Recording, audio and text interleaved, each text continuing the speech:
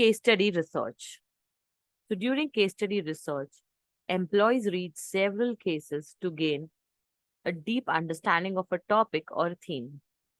Since these are real examples, researchers can find similarities between their businesses and the case studies.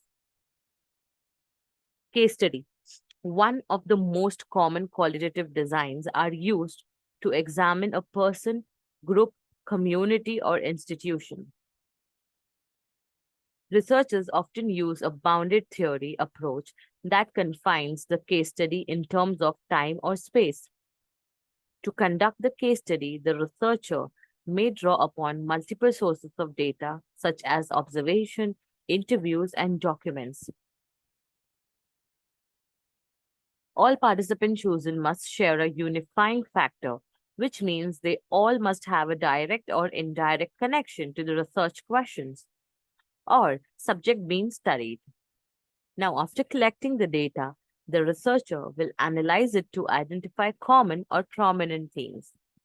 Now, how this skill can be used?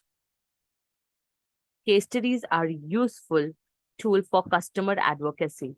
If you conduct a case study on a customer who has succeeded using your product, you can publish that story to your website for other visions to see.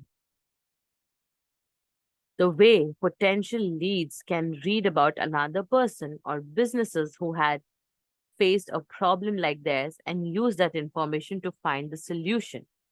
This is how you can, in the case study, go with the knowledge, subject, data, research, method, criteria, conclusion. And the most important part is evidence.